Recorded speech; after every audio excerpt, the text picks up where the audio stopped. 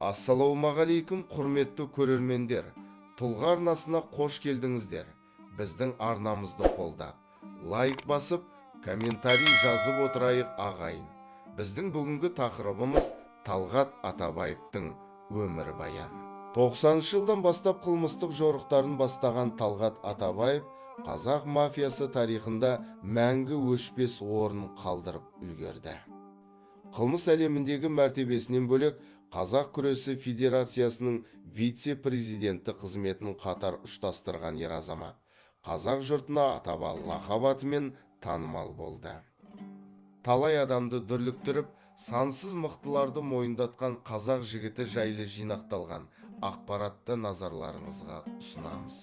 Талдықорған тумасы 1967 жылы 15 маусымда Алматы облысындағы Ақсу ауданының Жансүгір кентінде дүниеге келген. Балалық шағын жер жәннаты Жетісуда өткізген Талғат Атабаев жастайынан күреске деген ерекше икем ынтасын байқатады. Уақыт өте келе бұл қызығушылық тұрақталған мақсат мүддеге айналған.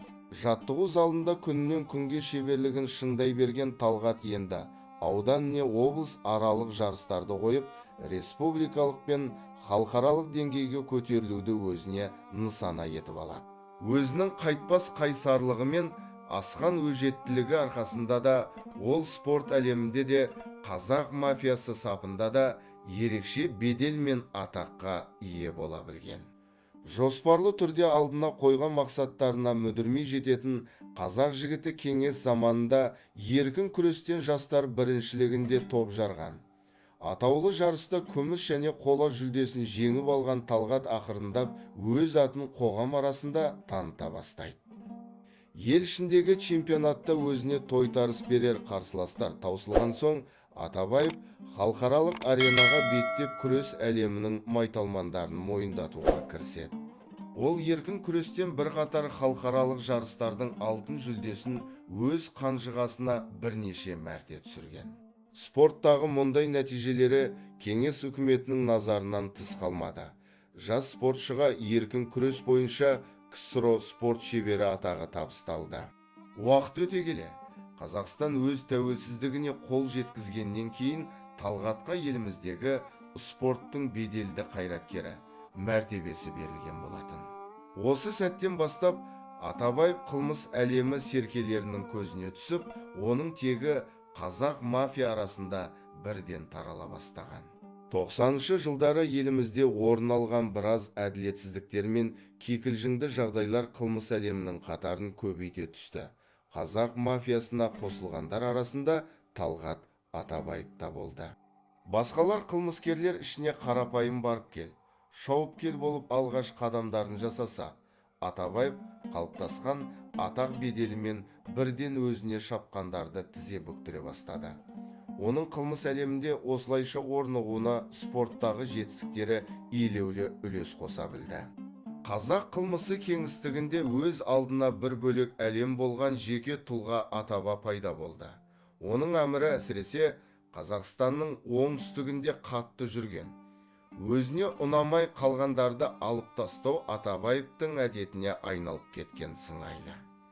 Белсенді түрде қылмыс әлемінде аты көкке шыға бастағандар Атабаға тартылып, оның қол астында жүріп, қимыл қозғалыс жасауға ниетті жігіттердің қатары да толыға бастады. Көбінесе Талдықорғандық жігіттерден құрылған бір топ өздерін Атаба ағайындығы деп атап кетті. Ортасын кеңейте бастаған Талғат алдынан кедергі болып шыққан мықтылардың бәрін ығыстырып қана қоймай, оны бүкіл мүлкінен айырып тастаумен ерекшеленді. Бұл оның өзіндік стилі іспетті болған. Оған қарсы келген адамдар міндетті түрде бизнесінен қол үзетін. Алматыда билеп төстегендердің барлығы дәл осы сауда орталығын иемденуді арман еткен. Алайда басқалар тек армандап жүргенде Атаба келе салып барахолканы өз қарамағына алған. Әрбір саудагерден табыс көрген Талғаттың дәл осы дәурені ең ауқаттыларының бірі болса керек. Сауданың қайнар көзін өзіне қаратып алған Атаба мұны да аздық көріп, алматылық арақ-шарап зауыттарын, Қазақстан-Қытай шекарасын, бірнеше ойынханаларды басып алғанда. Қылмыс әлемінің серкелері арасында Сары Алмаспен арақатынасы өте жақсы болған. Тіпті Талғаттың қазақ мафиясына қатарына қосылуына дәл осы қылмыс дүлдүлінің үлесі зор болған деседі. Өзара қарым-қатынастары достықпен ғана шектелмей, серкелердің ортақ бизнестері де болған. Талғат Атабаевтың атақ абыройы тек отандастарына ғана емес, көршілес Қырғызстан мен Өзбекстанға да қатты жүріп тұрды. Ресейлік баскесерлер де еліміздің аумағындағы мәселелерге қатысты Атабаның көмегіне жиі жүгініп тұрған. Қарамағына өзі жерлестерін және осал емес, спортқа қабілеті бар жауырына қақпақтай, жұдырығы тоқпақтай жігіттерді жинаған. Оның қасында жүргендер Талғаттың нағыз патриот болғанын айтты. Ол шынайы қазақ болмысымен танылған азамат деуге болады. Талғат қазақ рухы мен қазақ тілін сүйгені соншалық, маңайындағы неше жүздеген мықты азаматтардың барлығы оның жанында тек қазақша сөйлейтін.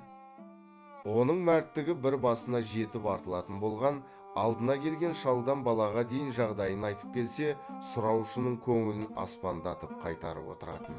Ол қазақ кеңшілігі мен жомарттығы, ұлтқа тән болмысы бір басынан табылатын ержүрек, қайсар, қатал, мейірімді, намысты азамат болған. Бұл оны жақсы танитындардың Атабаев жайлы пікірі. Қылмыс әлемінде өзіндік із қалдыра алған Талғат Атабаев заң бұзушылық әрекеттерінен бөлек қайырымдылыққа да жақын болған. Ол табысының белгілі бір пайызын қазақи күрестің дамуына беріп отыратын. Атаба жас палуандардың кәсіби спортшы болып жетілуіне барынша үлес қоса білді. Оған қоса тағы біз білмейтін сыр бар. Талғат Атабаев баскесерлер арасында жүргенімен жаны иманға жақын болған. Бұған қатысты тіпті ел арасында мынадай оқиға сөз болуда. Қапшағайда өз туған күнін тойлап жатқан Атабаевқа құттықтауға алыстан ат терлетіп намаз оқитын досы келеді. Сол кезде арақ-шарапты ішіп отырған көпшілікті Талғат бірден қуып жіберіп, дін жолындағы 20 шақты досымен ғана қалып, олардың құттықтауларын естіп, діни азық алып кешінің соңын осылай өткізген. Қылмыс әлемінде мүлдем қиыншылық көрмей кеткен Талғат, тәртіп сақшылары мен биліктегілер тарапынан үлкен қысымға жиі түсіп тұрған. Заңмен арадағы мәселелері Атабаевтың түбіне де жетті. Ол Азтек ойын сауықтыру орталығында полицейлерден қашып бара жатқанда көз жұмған. Ресми мәлімдемеге сәйкес ол жүрек талмасынан қайтыс болған. Аты өшпес Атаба Жансүгіровте жерленген. Жыл сайын желтоқсан айында еркін күрестен Талдықорған қаласында Талғат Атабаев атындағы республикалық жарыс өтеді. Видеомыз ұнаса арнамызға жазылып, лайк басып кетейік. Назар қойып тыңдағандарыңызға рахмет.